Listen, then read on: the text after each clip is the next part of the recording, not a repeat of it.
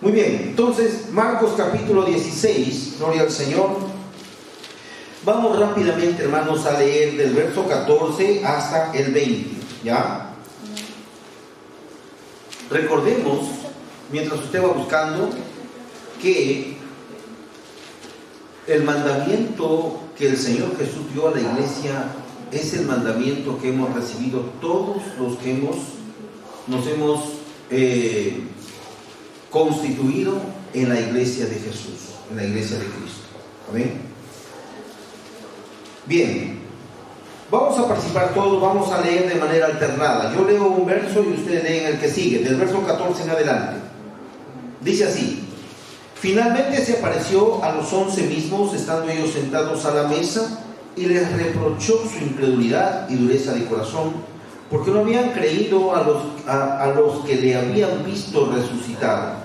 Y les dijo: id por todo el mundo y predicad el evangelio a toda criatura.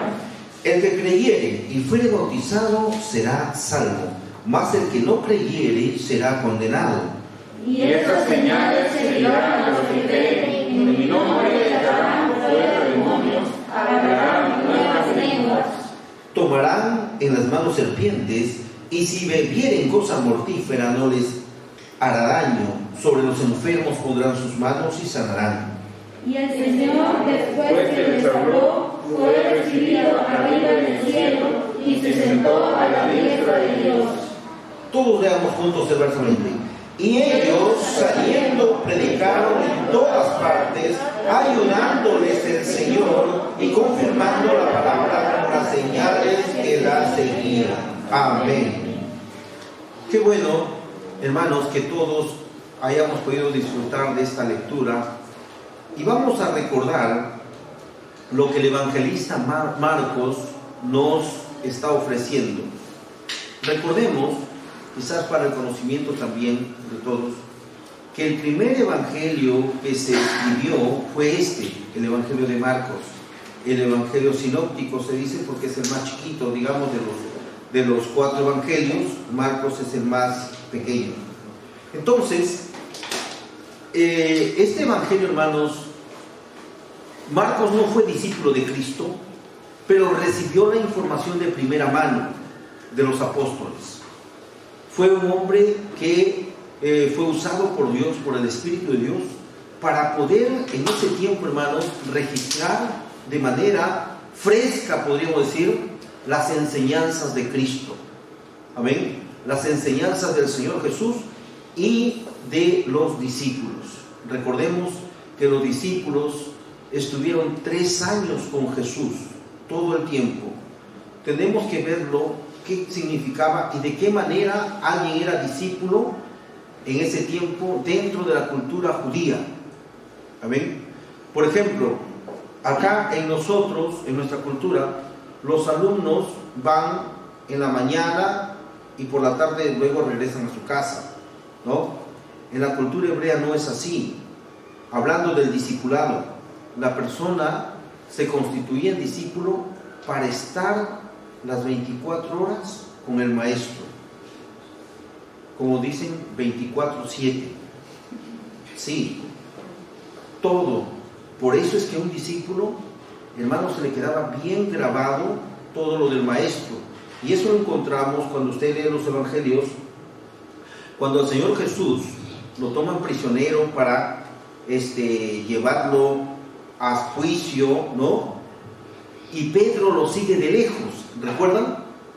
Y Pedro, viendo qué hacen con Jesús, en un momento dado, en esa noche caliginosa, diríamos, y triste, pasa de que Pedro está mirando así, tratando de pasar desapercibido entre la multitud, y de pronto alguien le dice: oye, tú estabas con ellos, dice, con los nazarenos.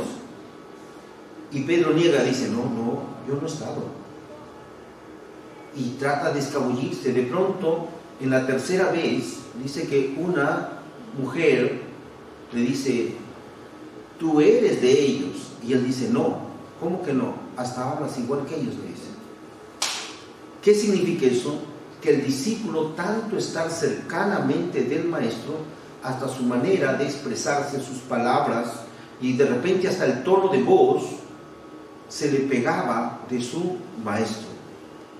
Y esto es importante que tenga que decirles para que nosotros podamos ver de que Marcos registra las vivencias de Cristo de manera fresca, real. Amén. Los otros evangelios se han escrito después a continuación y también tienen un contenido, por eso los 4 evangelios tienen casi las mismas enseñanzas. Quien registra mayormente los milagros de Jesús es Lucas. Lucas tampoco es discípulo de Cristo, en el sentido como Pedro. Lucas después se convierte al evangelio. Pero ¿por qué él registra más los acontecimientos milagrosos de Cristo, las sanidades? Porque él es médico. Y él como médico, y él no es judío, él es griego. Y para él es importante como médico registrar esto, porque él va pasándolo, digamos, a través del conocimiento médico que él tiene y va dando fe. Por eso, cuando usted lee el Evangelio de Lucas, tiene una manera de registrar los milagros muy particular, muy minucioso, para que no se vea que tal vez es vamos a decir, ¿no? Que es de repente algo que se cuenta nada más, sino Lucas lo registra de manera muy particular, muy profesional, podríamos decir, ¿no? Eso quería decirle, por ejemplo, un pequeñito. Nosotros cuando miramos adentro de nuestra mente lo vemos al revés, ¿no? Como sería, si una persona está de pie, usted adentro lo ve de cabeza. ¿Sabían eso? Y nuestra mente lo va traduciendo. Usted va a encontrar en los evangelios, en el de Lucas, un milagro de un ciego, que el Señor Jesús lo saca afuera de la ciudad, y luego que por primera vez dice que le escupe o le esputa en los ojos y le dice, ¿qué ves? Y él dice, veo a los hombres pero como árboles, o sea, al revés. Y después otra vez hace el Señor lo mismo y le dice, ¿qué ves? Y ve normal, ya lo ve como todos. El milagro se produjo en 2 facetas. Y esto lo registra Lucas porque él es médico. No soy médico, me gustaría para poder tal vez explicar con mayor capacidad o mayor amplitud esto, pero le pediría a usted que tal vez busque más información sobre lo que estoy diciendo y usted va a encontrarla, la va a ver que ese milagro es tan preciso, tan real, tan humano como se produjo este milagro, y el único que lo registra es Lucas. ¿Amén? Muy bien. Entonces, volviendo ahora sí a lo que hemos hablado, Jesús ha resucitado. Esto que estamos leyendo, al momento que Jesús resucita, sabemos que primero quienes vieron a Jesús resucitado fueron mujeres. ¿Y qué pasa? El testimonio de una mujer en la cultura judía no era del todo creíble en el caso de una resurrección. Nunca había pasado eso. Y Jesús, por eso encontramos aquí en este verso, que Jesús le reprocha a los discípulos y dice, ustedes son incrédulos, ¿por qué no le han creído a las hermanas, a las mujeres que me vieron a mí resucitado? O sea, qué importante es, hermanos, nosotros que aprendamos en aspectos de fe. Cuando tiene un respaldo de las Escrituras, tenemos que darlo por sentado. Hay cosas, hermanos, que usted en el correr del Evangelio, en el correr de la vida, usted leyendo las Escrituras, quién sabe va a encontrar aspectos que usted no lo puede traducir, no lo puede comprender o no lo puede creer. Y esa es la piedra de tropiezo para muchas personas, que a causa que dicen esto no lo pueden entender, no lo pueden demostrar, dicen eso no es cierto. Hermanos, los milagros no se pueden demostrar en un proceso académico científico, por eso es un milagro. Amén. Entonces, quizá usted puede pasar por ahí en el correr de su vida, pero Dios dice en la Escritura que los caminos de Dios son tan altos que nosotros no podemos llegar a alcanzarlos. O sea, el conocimiento de Dios, la sabiduría de Dios, la ciencia de Dios es tan grande que nosotros no podemos llegar a alcanzarlo, o digamos, a conocerlo y decir, ya, ahora ya sé cómo Dios lo hace. No podemos, somos limitados.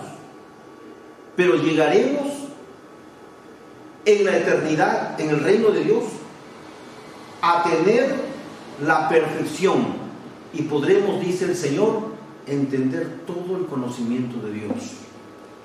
Esa es la esperanza gloriosa que tenemos los que hemos recibido a Cristo como nuestro Salvador. Amén.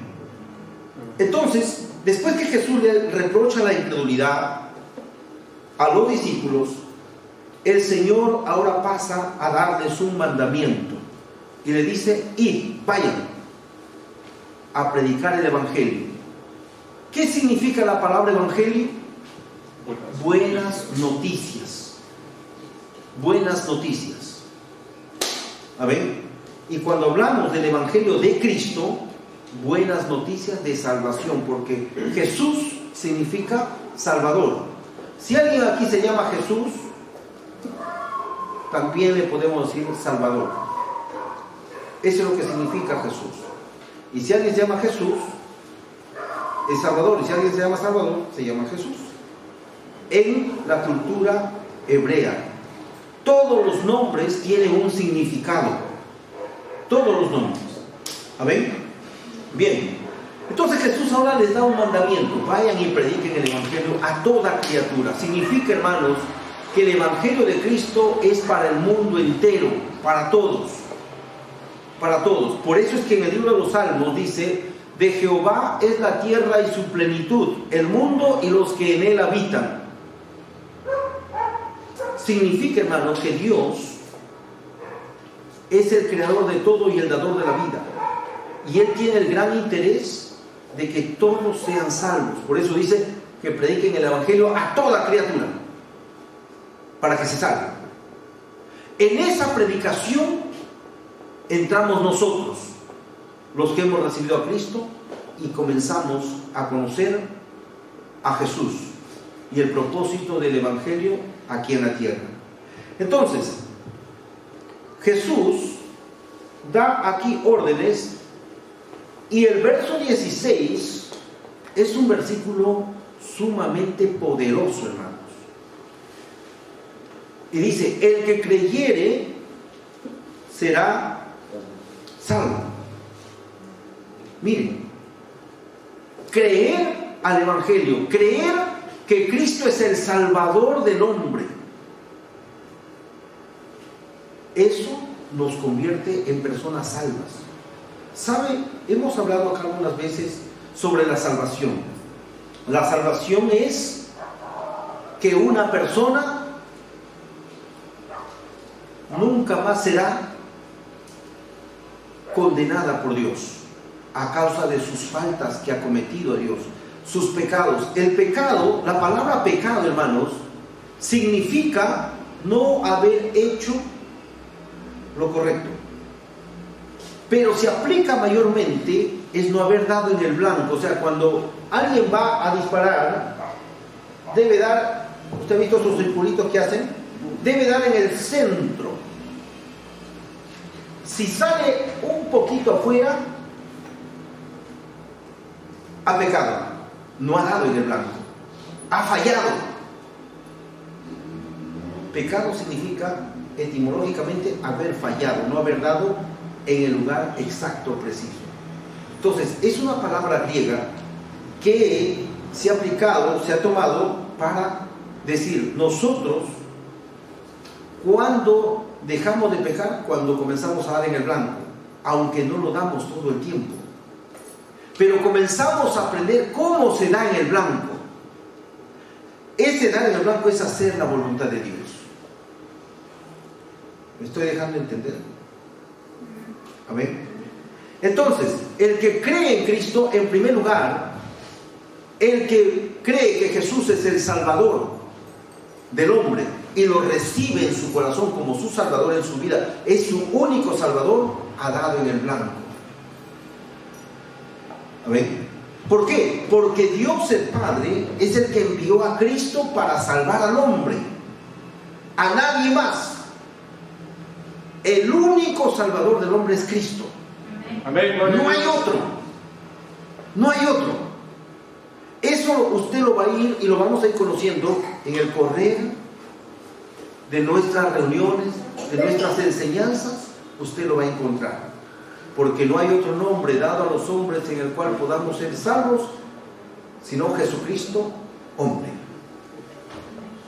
Cuando Jesús habló con Nicodemo, que le dijo: porque de tal manera amó Dios al mundo, que ha dado a su Hijo unigénito, para que todo aquel que en él crea no se pierda, mas tenga vida eterna. Cristo, hermanos, esto es lo maravilloso de Dios. Mire, el hombre ha fabricado, podría decir, miles de religiones. ¿Qué es una religión? Es el camino que el hombre traza, idealiza, fabrica para llegar a Dios.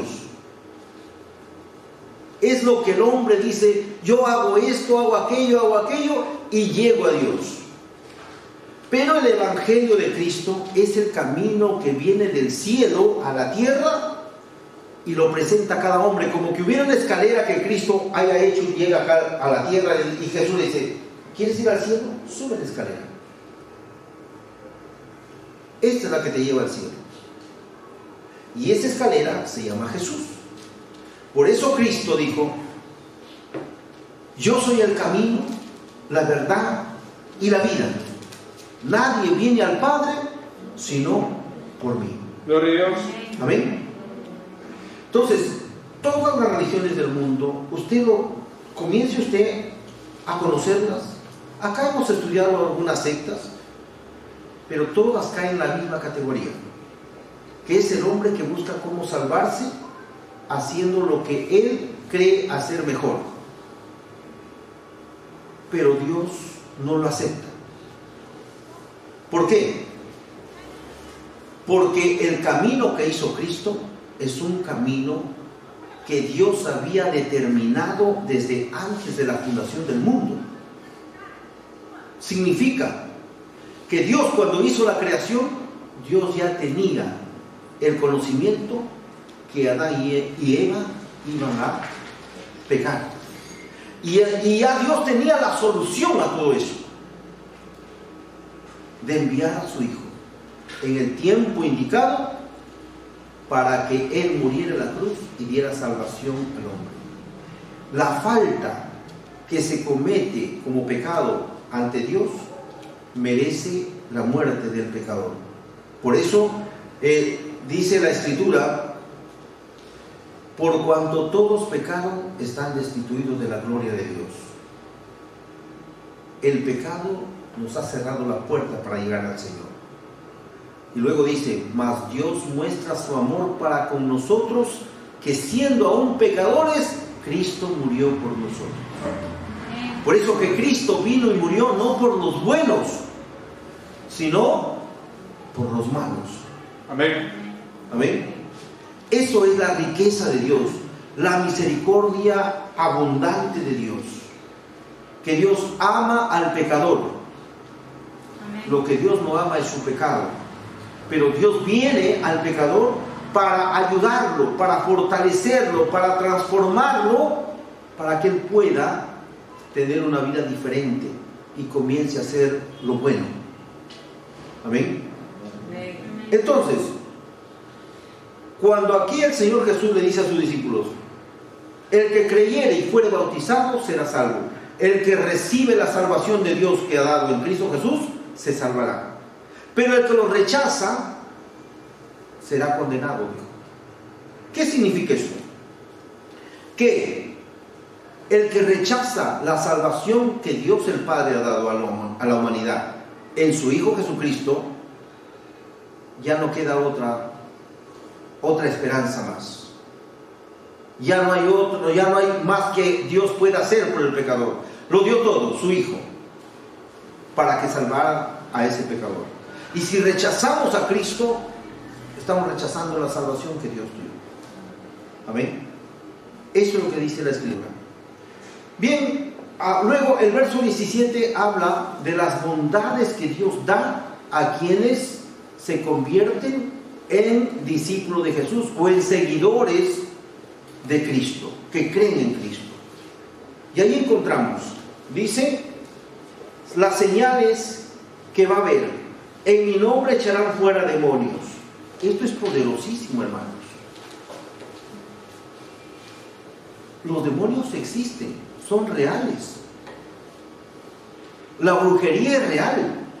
El ocultismo es real. No piense que es algo de que alguien se pone a hablar y nada más. No, es real. Los demonios existen. Pero sobre eso, Dios es el creador de todas las cosas, es el Señor, es el Todopoderoso, es Dios. Y es el único quien tiene el poder para frenar, para liberar a toda persona que fuera tocado o alcanzado por este ser maligno.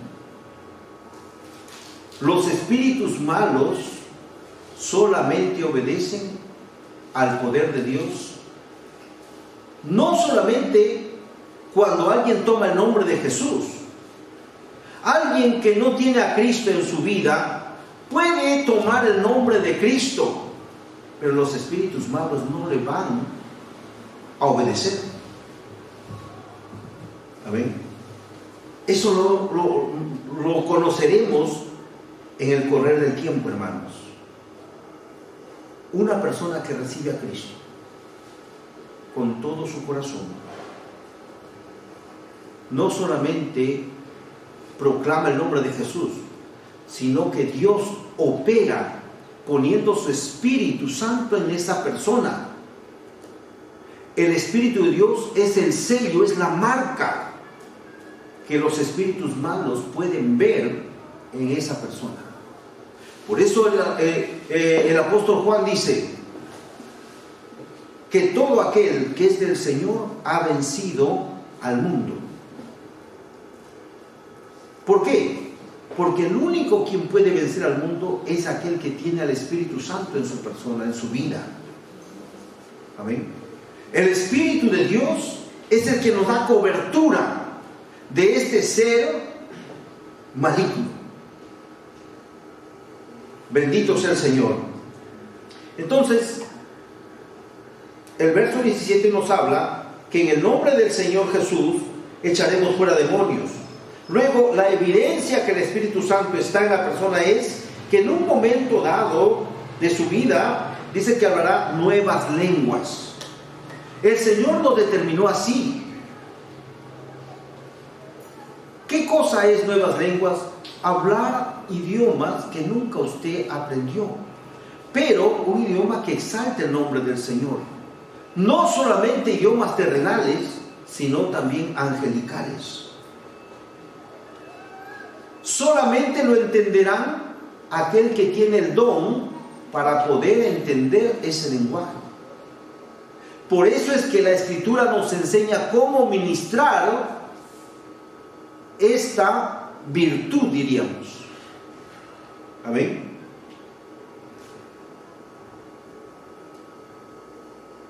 Tomarán en las manos serpientes, y si bebieren cosa mortífera no les hará daño. Sobre los enfermos pondrán sus manos y sanarán. Estos ministerios, hermanos, que acá expresa la Escritura, está dado para la iglesia. Los apóstoles y la iglesia neotestamentaria, ellos creyeron esta palabra. Y el libro de los Hechos nos registra muchos acontecimientos milagrosos hechos no solamente por los discípulos, sino también por los hermanos, por los que habían creído en Cristo. Amén. Ahora, cuando los apóstoles y todas aquellas personas que habían creído en Cristo han estado con Jesús este último día, el día número 40, porque Jesús cuando resucita estuvo con la iglesia, con los apóstoles y muchas personas durante 40 días. 40 días Jesús estuvo conversando, comiendo, recordándole las enseñanzas que les había dado cuando estuvo él con ellos antes de morir. 40 días estuvo Jesús con la iglesia. En esos 40 días, el último día, el 40º día, Jesús los reunió a todos, que fueron alrededor de 500 personas que estuvieron con Jesús resucitado. Los llevó al monte del Olivar y allí les dio estas indicaciones. Jesús, luego de terminar las indicaciones, de pronto comenzó, dice la Escritura, a elevarse. Se elevó hasta que una nube lo ocultó de los ojos de los discípulos, de todas las personas que estaban en ese lugar.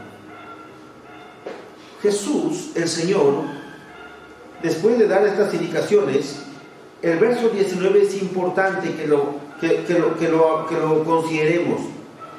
Dice: y el Señor, después que les habló, fue recibido arriba en el cielo y se sentó a la diestra del Padre. Esto es importante que nosotros no olvidemos. Jesús está a la diestra del Padre, y eso lo vamos a ir encontrando en el correr de las Escrituras neotestamentarias para poder comprender por qué Jesús está a la diestra del Padre. El apóstol Juan, quisiera que usted abra su Biblia rápidamente en Primera de Juan capítulo 2, a ver, alguien, y verso 1, Primera de Juan, y lo lea por favor. ¿Alguien lo tiene ya? O a ver, búsquenlo, queridos hermanos.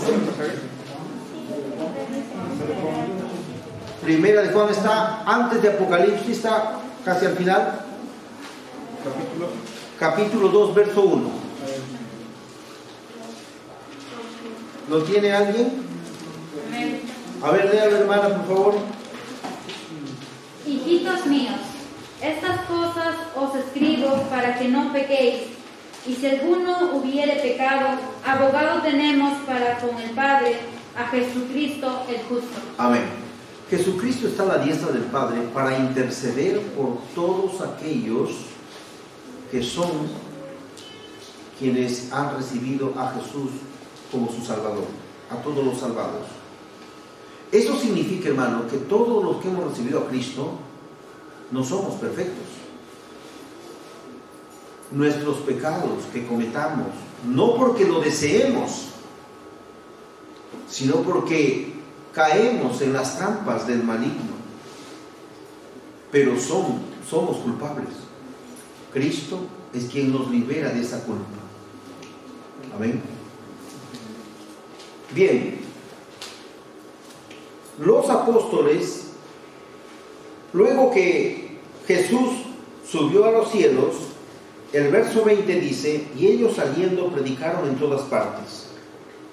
Queridos hermanos, cuando nosotros nos convertimos a Cristo, tenemos la ayuda de Dios. Todos queremos servir a Dios y hacerlo mejor, pero ¿sabe? No podemos hacerlo todo perfecto o todo bien hecho, por decirlo así. Pero es Dios quien nos ayuda.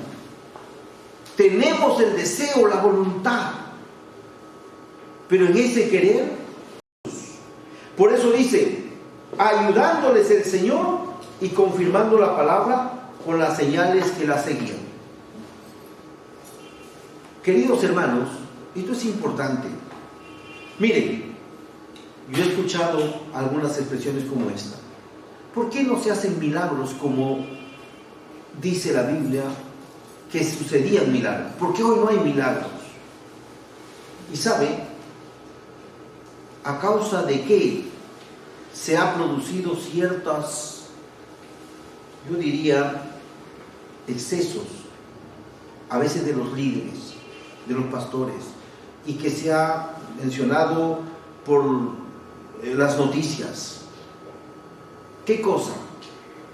en el afán de que Dios obre, han comenzado a hacer cosas que en vez de hacer bien, han hecho daño a la iglesia. Han aparecido, por ejemplo, ¿no?, los que empujan a las personas. ¿Ha visto? Han aparecido los que se sacan el saco y le dan, ¿no?, para que reciba un milagro, ¿no? Tantas cosas, hermanos, que han hecho. Y ¿sabe lo que pasa, hermanos? Nosotros no debemos hacer algo porque nosotros queremos hacerlo. ¿Quién es el que obra en los milagros? Es el Señor. ¿Cómo nosotros sabemos cuando Dios está, por decirlo así, a punto de hacer un milagro? Cuando tenemos una muy buena comunicación con el Espíritu de Dios. El Espíritu de Dios es el que nos anuncia que Dios quiere hacer algo. Acá, hermanos, ¿se acuerdan cuando vimos que el apóstol Pablo, miren, el apóstol Pablo era un hombre que conocía la voz del Espíritu Santo? En una ocasión él fue a predicar a un lugar. Después de predicar ahí dijo, ¿y ahora dónde vamos? Y él pregunta al Señor en oración, le dice, Señor, ¿debo ir a tal lugar? Y el Señor le dice, no vayas allá. Entonces, luego le dice, Señor, ¿entonces vamos por acá? No, tampoco lo hizo. Y no le dijo, ¿a dónde? Simplemente dijo, ni acá ni allá. ¿Y sabe qué hizo el apóstol Pablo? Dijo, a ver, Señor, esperaré que Dios me diga. Y cuando la noche fue a descansar, ¿sabe qué pasó? Dios le reveló un sueño. Y él de manera posiblemente fue muy particular. Dice que él vio en su sueño que una persona de tal lugar, un macedonio, dice que le decía a él, ven, pasa a nosotros y ayúdanos. Cuando él despertó, dice que él dijo, el Señor nos envía ya. Y Dios no le prohibió, no le dijo no. Simplemente como que fue una venia nada más del Señor. Y cuando él dice, llegaron a ese lugar, dice que Dios se glorificó. Fueron de gran ayuda a la iglesia y a muchas personas. Gloria a Dios. Hermanos, Dios no está lejos. No piense que está entretenido por Júpiter, por otra galaxia y se ha olvidado de nosotros. No. Dios está trabajando en toda la tierra. Dios es misionero. Sí. El Señor es el primer misionero, hermanos. Él vino acá a salvar. Y Él sigue trabajando para que la salvación en muchas personas se siga avanzando. Amén. Mire, en este tiempo de pandemia, que ya va para 2 años, ¿no? ¿Va para 2 años? ¿Cuántas personas han conocido a Cristo? Mire, y tan solo sabe cómo, a veces por escuchar a través de una radio o de un mensaje.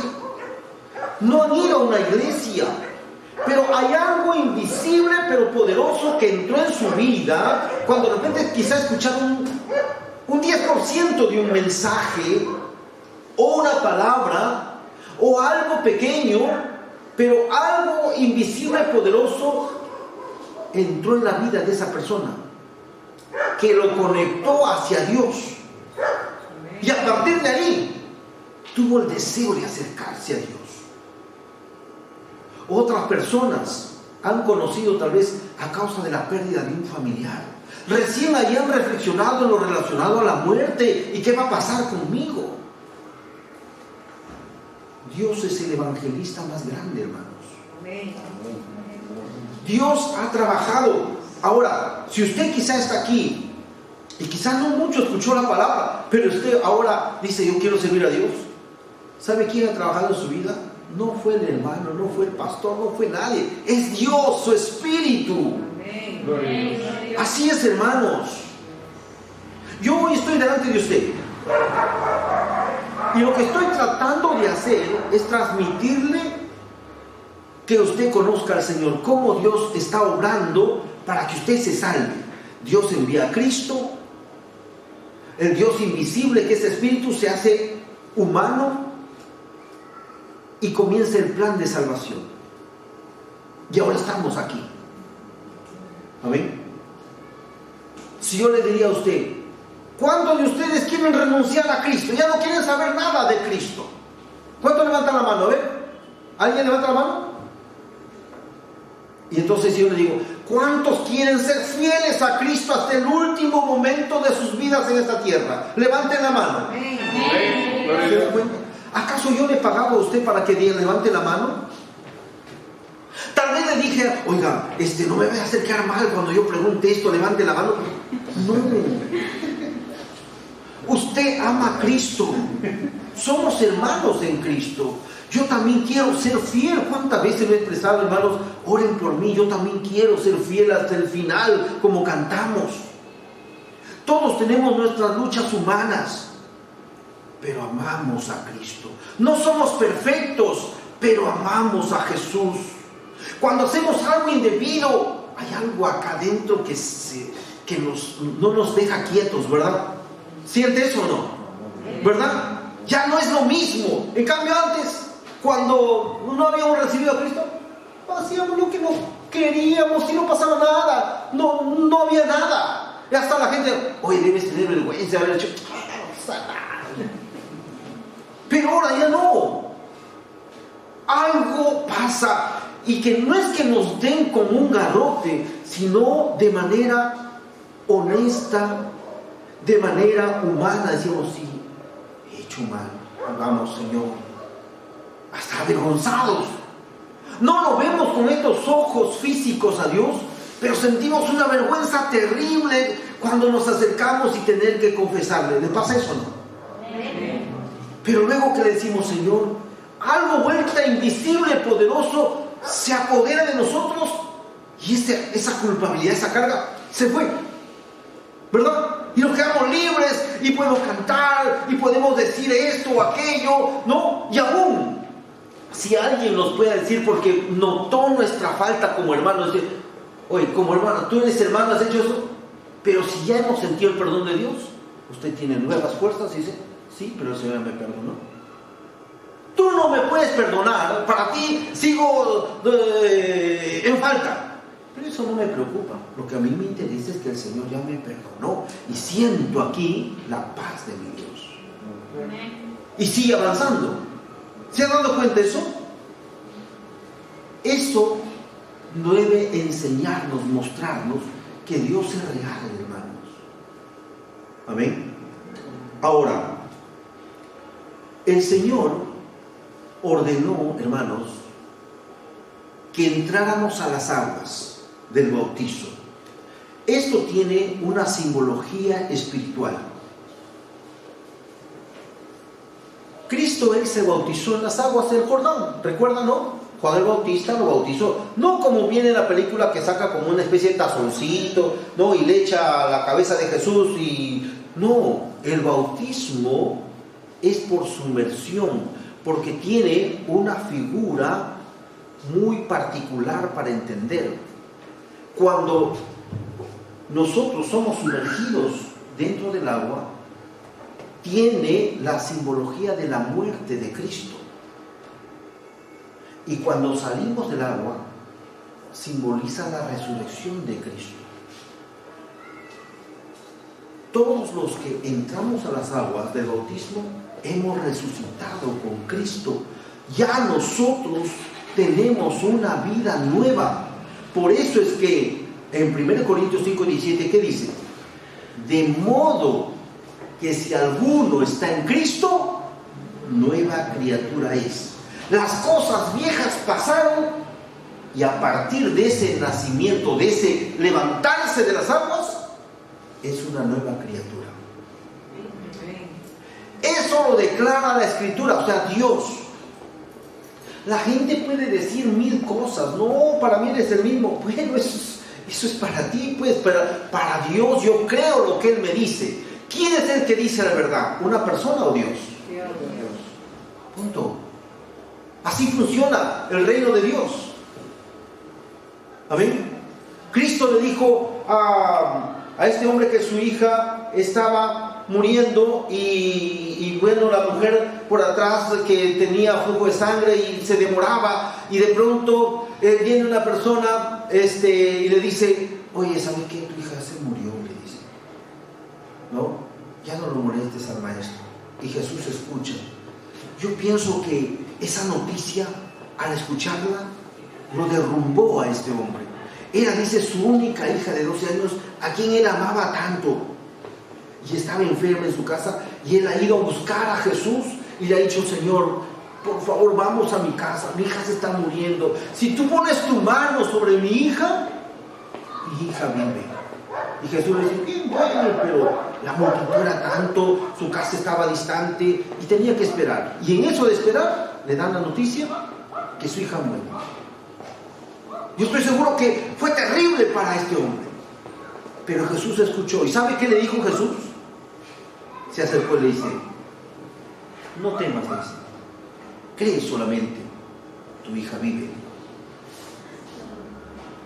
Y dice la Escritura, él creyó a la palabra que salió de Jesús. El tiempo pasó, se demoraron más. Pero antes de avanzar, imagínense que hay alguien se acerca y le dice: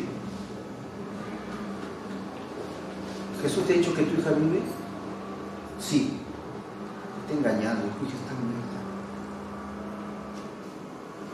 Él debería haber tomado la decisión. ¿A quién le creo? ¿A él o a Cristo? Pero él tomó la decisión de creerle a Jesús. Porque después de todo el tiempo que se demoraron, llegaron a su casa, él llegó, ¿y sabe qué pasó? ¿Verdad que encontró los familiares llorando? A la niña lo encontró sobre una plataforma que ya la habían bañado, porque eso se hace a los que fallecen, y estaba tendida muerta. Todos lloraban, todos. Se murió, usted sabe, en un velorio, como la familia, ¿no? Se murió nuestra hija, y todo esto, llanto, la desolación, la tristeza. Y de pronto el Señor Jesús le dice: la niña está durmiendo, le dice así.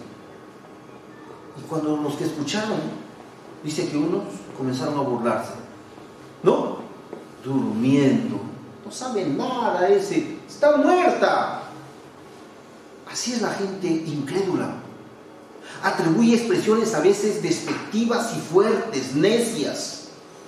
No las crea usted. Si usted ha decidido creerle a Cristo, descanse en esa palabra. Si viene la incredulidad, porque somos humanos, va a venir. Usted lee la palabra, la cree, dice: Señor, yo creo. Dice: Señor, yo creo. Pero de pronto siente que hay algo, como un viento fuerte, como que quisiera derribar esa torre de fe que está creciendo por lo que usted cree a la palabra, que quiere derribarlo. Entonces, ¿sabe qué debe hacer usted? Acérquese y dígale: Señor, ayúdame a vencer esta incredulidad. Es válido eso. No piense que es pecado. Eso es válido delante de Dios, y Dios le dará la fe que usted necesita para vencer esas voces de incredulidad. Dios honra a los que creen en Él. Amén. A mis hermanos, hermanas que se van a bautizar, no dé oído. Y si aún usted siente esa fuerza como que lo quieren a usted derribar, hacer que diga: Señor, auméntame la fe. Yo creo en tu palabra. Yo creo en ti, Señor. Y Dios va a obrar en usted. Porque cuando estas personas, después que se burlaron, ¿sabe qué hizo el Señor Jesús? Hizo algo interesante. Hizo lo siguiente: antes de entrar a la habitación donde estaba la niña, hizo que salgan todos. Y luego llamó al papá y a la mamá. Vengan. ¿Cómo se llama el papá? ¿Me recuerdas? Bueno, hizo entrar al papá y a la mamá, a Pedro, Juan y Jacobo, sus discípulos. Los demás no estaban en ese momento. Y entró Jesús. ¿Por qué no los dejó entrar a los demás? ¿Sabe por qué? Por incrédulos. ¿Usted sabía que los incrédulos, y eso dice Apocalipsis, no entrarán al reino de Dios? ¿Así dice? Es que, hermano, ¿sabe qué implica ser incrédulo? Desacreditar a Dios, como que Dios le dice, yo soy el creador del mundo, y usted dice, mentira, no es así, tú no crees nada. Eso es ser incrédulo.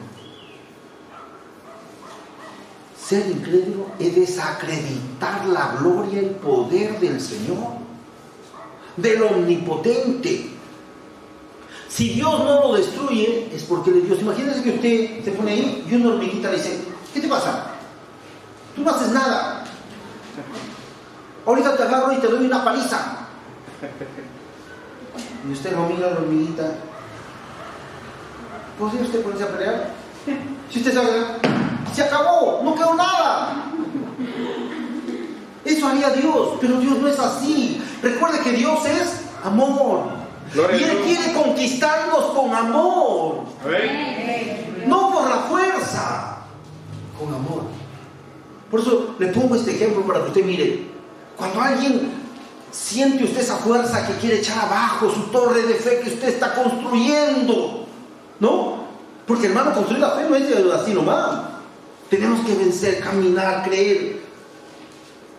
Y siente que alguien quiere echarlo abajo, dígale, Señor, ayúdame. No responda usted con palabras necias a esa persona. Ore por esa persona. Ore. ¿Sabe? Dios puede obrar en esa persona. Yo fui así. Incrédulo, rebelde y tantas cosas. La lista es larga. No soy digno de estar acá. Por eso le dije, el Señor me hubiera aplastado con hormigas, no quedó nada. Pero el Señor tuvo compasión, una misericordia que no puedo enumerarla ni medirla. Pero acá estoy. Y ustedes, los que me están conociendo poco, en el correr que me conozcan un poquito más, no merezco, hermanos. No tengo un buen léxico, me olvido las cosas. La lista es larga, hermanos. Pero el Señor le plació acá, ¿no? Por eso la gloria es para el Señor. Y algunas veces se lo he dicho, recuerda cuando el Señor Jesús tenía que entrar para dar cumplimiento a una profecía montada en un burrito, ¿se acuerdan? Ni burro tuvo, prestadito, ¿no? Pero, ¿qué hacía la gente cuando venía el Señor Jesús montado sobre el burro? ¿Qué hacía la gente? Se sacaba desde sus mantos, lo tendían en el camino para que pase el burro. ¿Quién sabe qué habrá pensado el burro, no? ¡Caramba! Que soy un buen burro, que me ponen mantos para pasar. Pero no era para el burro, ¿verdad, no? Es que usted tiene que entender esto, hermano. Era para el que venía, Señor. Ese es el punto. Yo no soy Él es el grande. Él es el Señor que está sobre este sencillo servidor. Gloria a Dios. Y eso pasa lo mismo con todos. Nunca olvide eso. Amén. Queridos hermanos, ahora vamos a mirar unos versos con respecto al bautismo. Vamos rapidito al libro de Hechos, al capítulo 8. Hermanos, miren, alguien dice, ¿qué cosa yo necesito para poder bautizarme en las aguas? Posiblemente usted ya se ha preguntado eso, ¿no? Ha estado pensando, Señor, ¿qué es lo que yo debo saber? Por lo menos debo saberme ya 30 versículos bíblicos, o haberme leído la Biblia, o por lo menos la mitad para bautizarme, Señor. No.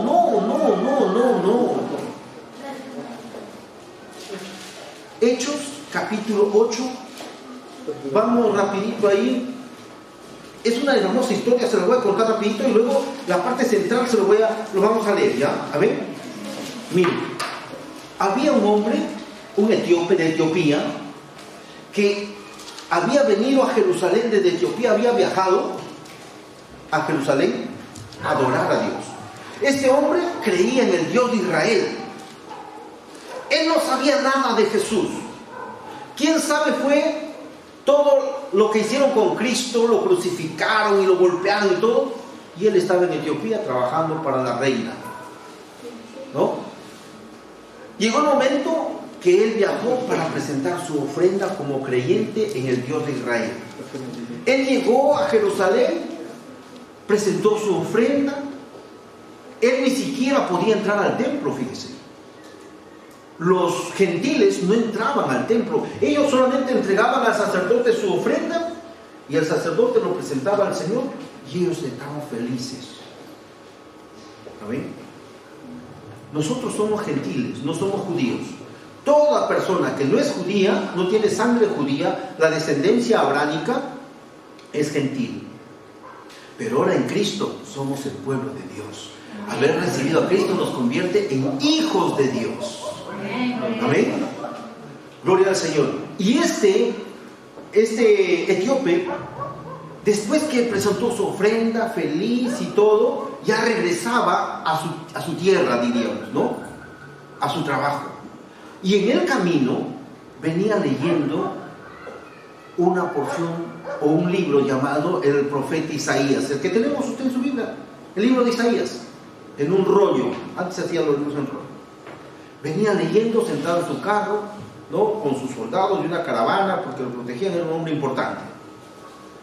Por otro lado, Felipe estaba en Samaria, había predicado, hasta un brujo se convirtió al evangelio y cosas grandes, hermano. No se asuste cuando alguien, de repente un satanista un día venga y se entrega al Señor. El Señor hace cosas grandes. ¿Amén? Y bueno, Dios le dice a Felipe, estando en Samaria: Felipe, levántate, le dice, ándate al desierto, por el camino tal, le da una dirección precisa. Felipe, que tenía una buena comunicación con el Señor, escuchó su voz y dijo: amén, Señor. Y salió, se dirigió por el camino que el Señor le había dicho, y no había nada en desierto. Aprovecho esto para decir, cuando el Señor le da una orden, ¿sabe? Hemos podido entender acá y lo hemos dicho. Ya ha pasado esto, que en algún momento usted está ahí ocupado haciendo sus cosas, de pronto como que le cayera una gota de arriba de agua y siente usted, ¿no?, que le cayó algo. Pero esa gota es un pensamiento que viene, dice, vamos a decir así, ¿no? De pronto usted está ahí, ora por Javier. Y dice, ora por Javier, está trabajando. ¿Por qué? No. ¿Quién sabe? El maligno le está poniendo una trampa a Javier, que cuando él sale o va a hacer algo y él está desapercibido, está ocupado, enfrascado en su trabajo, no lo sabemos. Pero el Señor viene a usted y le dice, ora por él. Nunca piense de que es algo que viene del aire, no. Cuando usted está ocupado haciendo cualquier cosa y de pronto viene algo que lo pone, lo hace entrar en el mundo espiritual del Señor, no piense que es algo de la nada, no. El Espíritu de Dios le está diciendo algo. Nosotros somos los que a veces decimos, pero ¿para qué voy a ir al desierto? Hubiera dicho Felipe, ¿no? En el desierto no hay nada, hay arena. A veces nosotros confundimos eso, no. Si alguien le dice de pronto así, ¿no? Viene un pensamiento y dice, ora por tu pastor. Toma un momentito y ore por mí. Amén. O por cualquier hermano. O de repente le dice, oye, mira, le trae a su mente a un amigo, una amiga. Le dice, háblale del evangelio. No lo dude.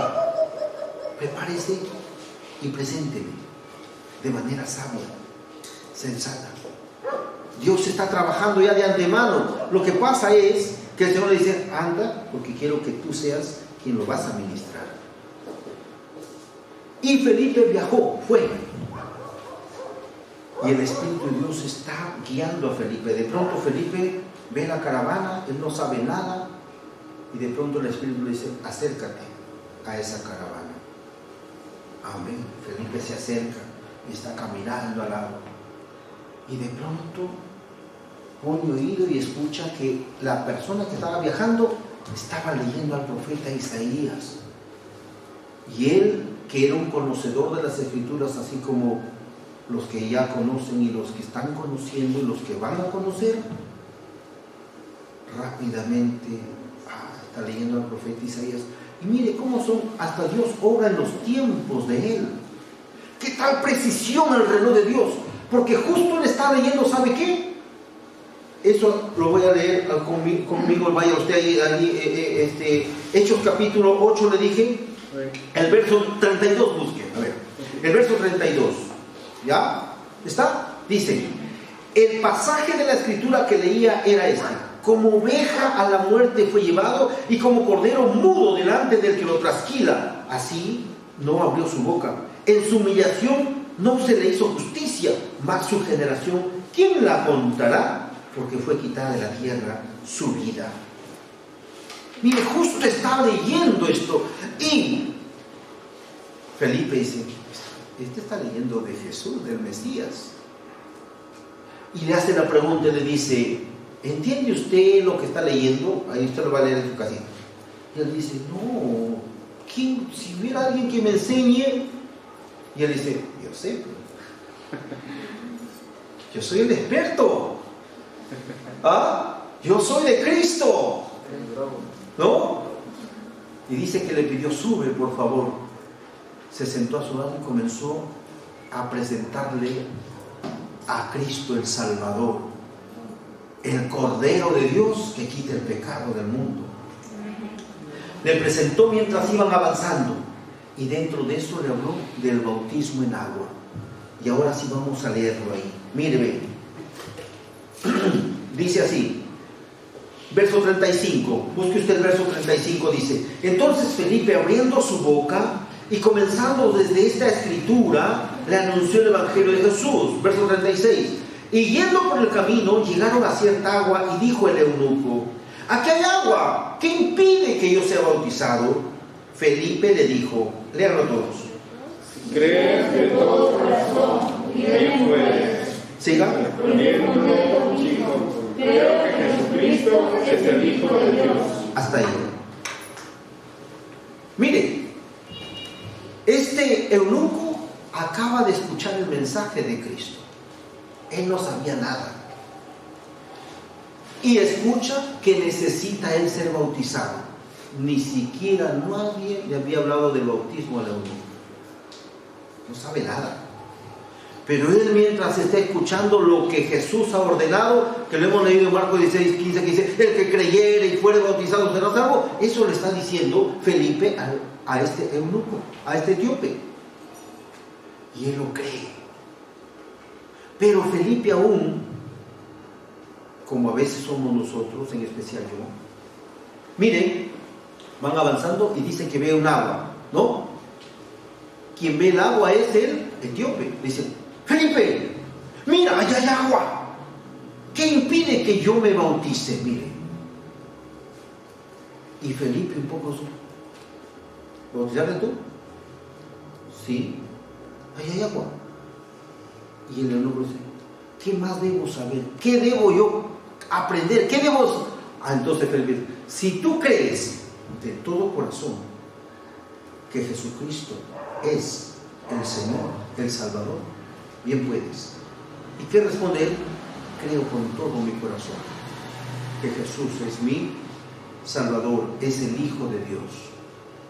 ¿Qué deben creer los que los que quieren bautizarse en las aguas? Esto puede bautizarse. Este eunuco sabía tanto de la Biblia. Mire, estaba leyendo y no entendía nada. A mí me pasó muchas veces. Y a veces me pasa. No debo decir eso. No, sí. Usted era, pero pastor, ¿cómo usted está diciendo que a veces lee y no entiende? A veces me pasa eso. Pasa, hermanos. ¿Y que sabe qué sucede? La palabra es de Dios, no nuestra. Y no podemos hacerlo como nosotros queremos. Yo pienso, hermanos, que cuando no entiendo, estoy descubriendo esto, que a veces yo quiero entender como yo quiero. Y la escritura no está como yo quiero, sino como Dios lo ha dado. Y ahí el problema, hermano, y gracias a Dios. Por eso, hermanos, que existen tantas sectas, porque la percepción del que quiere que sea como él quiere. Y eso no va, hermano. Y yo le doy gracias a Dios y le confieso a usted que a veces leo y no entiendo. Es que quiero hacer como yo quiero. Y no es así. Dios me ama y no quiere que me vaya por cualquier lado. Si algún día le pasa eso a usted, no diga, ay, pero ¿por qué me pasa esto? El Señor no está conmigo. No. Dios es Dios y le ama y le está enseñando. Este etíope no sabía nada. ¿Qué es lo único que aprendió en ese momento? Que Jesucristo es el Hijo de Dios, es el Salvador, el que ha muerto en la cruz por los pecadores, y que Él es un pecador y necesita de ese Cristo. Amén. Si usted ha recibido a Cristo en su corazón, es su Salvador, es su Dios. Eso es todo para bautizarse. A veces algunos, nuestros amados hermanos, a veces dicen, tienen que leerse por lo menos la Biblia una vez, o saber tal y tal cosa. Y yo encuentro aquí que es verdad, hermanos. En el correr del tiempo vamos a ir aprendiendo. Vamos a ir aprendiendo. Ese es nuestro deber. La palabra de Dios se va a dar cuenta que le exhorta, le dice, tú debes estar preparado para presentar defensa de tu fe, de lo que crees. Mire, la escritura dice así. Pero a veces al momento cuando recibimos a Cristo no sabemos. Pero acá viene esto, escuche. ¿Qué pasa? Ahora, a ver, quiero que me ponga atención a esto. Si alguien recibe solamente a Cristo y tiene la oportunidad de bautizarse, dice, no, de repente muy rápido, ¿no? No, mejor yo quiero saber un poquito más, no sea que aquí el pastor me esté de repente tratando de lavar la cabeza, como esos dicen, ¿no? No, a ti te han lavado la cabeza. Yo no lavo la cabeza a nadie, el que nos lava la cabeza, el cerebro, la mente, el alma y el corazón es el Señor. Gloria a Dios. Él sí nos lava, pero bien lavado, ¿no? De tal manera que a veces tanto que nosotros creemos en Él, está loco, ¿no? Para ti todo es Cristo. Sí, pues para mí es el Señor está en todo, ¿no? En la mañana, al mediodía, en la noche, en el trabajo, en la sopa, en el almuerzo, en el desayuno, en todo. ¡Qué bueno! Entonces, hermanos, lo único que necesitamos conocer es que Cristo es nuestro Salvador, nuestro Dios. Amén. Sí, le animo, preciosos hermanos y hermanas, en el nombre del Señor. Ame usted la palabra de Dios. No falte a las reuniones. De repente sí, de repente en un momento, por razones X, puede faltar. Pasó, pues no pudo llegar. Es natural, es humano. Pero después venga. Y como algunas veces hemos dicho, como en la escuela, todos hemos ido a la escuela, al colegio, ¿no? Y cuando un día faltó, ¿qué hace? ¿Qué hablaron? ¿De qué habló? ¿Cuál fue la tarea? Préstame tu cuaderno para ponerme al día. ¿Hacían eso o no? ¿Por qué? Porque para usted era importante el conocimiento. Si el conocimiento humano es bueno y nosotros damos fe que es bueno el conocimiento, bueno, acá decimos, jóvenes, estudien, prepárense, capacítense, vayan a la universidad, a los institutos, esfuércense, siempre, estudie, porque sabemos que es bueno, pero todo se queda acá. Pero el conocimiento de Dios es eterno, es para acá y para allá. Gloria a Dios. Amén. Porque usted cuando llega al cielo, mire, este libro, que es la Biblia, nos capacita acá para llegar al cielo. El conocimiento de allá es otro nivel. Pero nosotros llegamos al cielo, como diríamos, sabiendo A, E, I, O, U. Eso nos enseña esto. Ya lo demás lo aprenderemos allá. El Señor nos enseñará.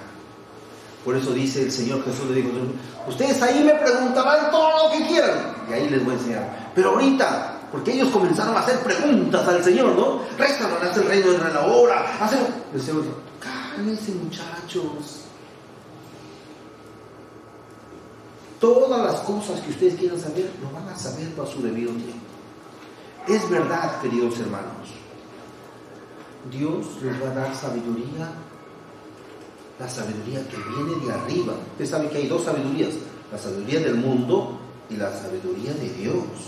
Por eso Salomón recibió sabiduría del cielo, pero la sabiduría es el Señor.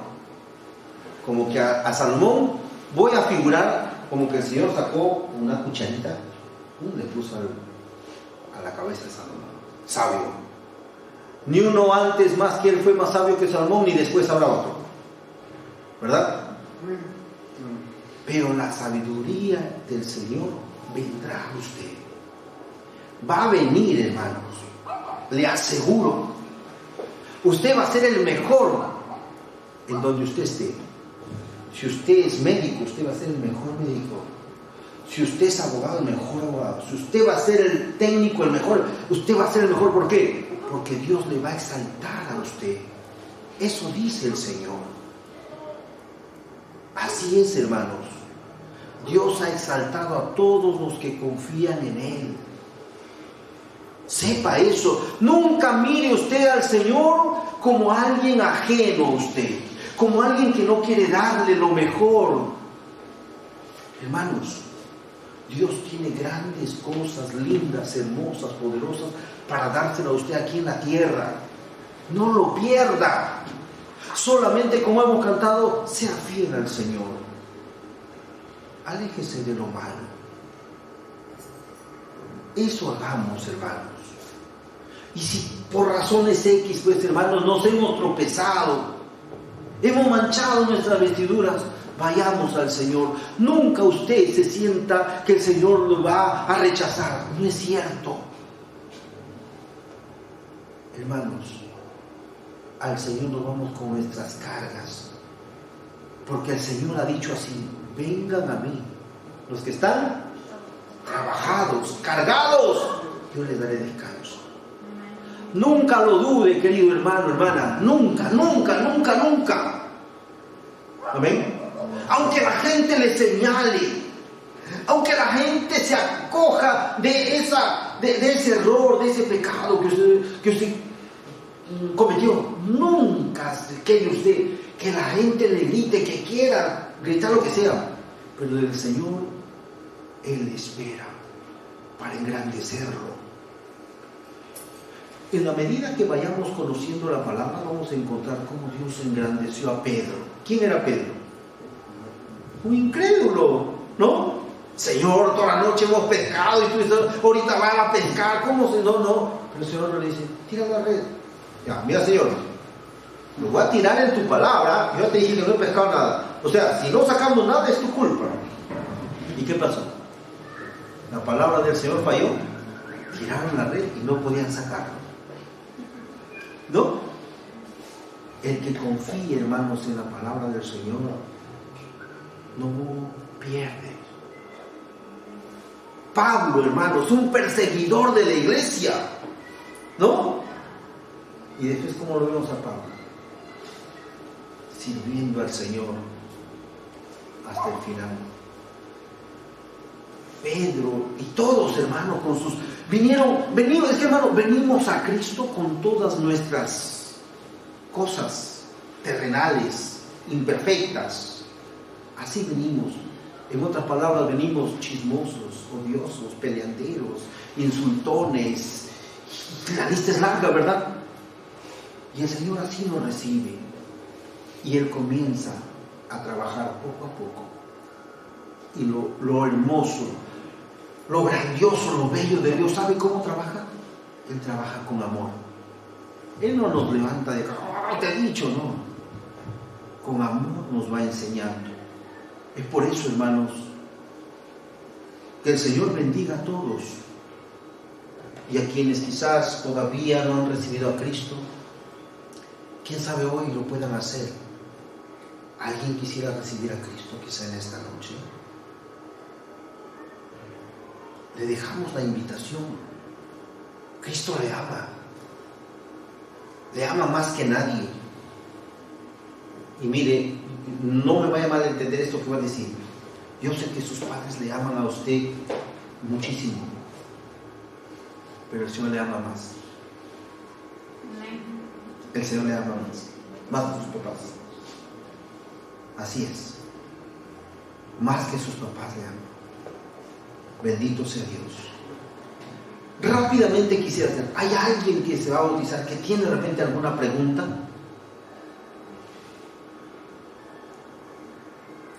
Dígamelo con total libertad, hermanos. Quizá alguna duda, algo que le hayan